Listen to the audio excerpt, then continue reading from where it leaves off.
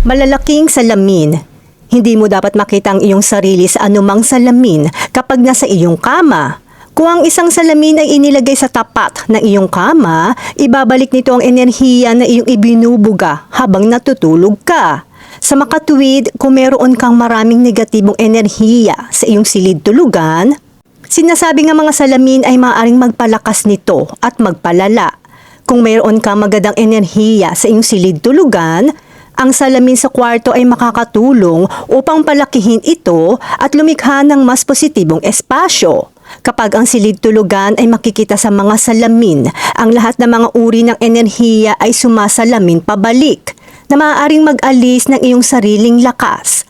Kaya maaari nilang hikayatin ang insomnia at makagambala sa dami at kalidad ng iyong pahinga. Ngunit kung sa tingin mo ay parang may magandang enerhiya ang iyong kwarto, maaari mong ipagpatuloy ang paggamit ng mga salamin. Gayunpaman, kung ang iyong espasyo ay may negatibong enerhiya, dapat itong iwasan. Maaari itong magresulta sa pagkabalisa at palakasin ang mga alalahanin sa iyong isipan habang nagpupumilit kang makatulog at sinusubukang manatiling kalmado, ay halos imposibleng makatulog ka.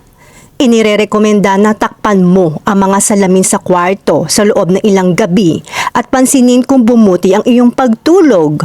Kung nakakatulog ka ng mahimbing na may takip sa kanila, isaalang-alang ang pagpapalit sa kanila o ilipat sila sa ibang lugar.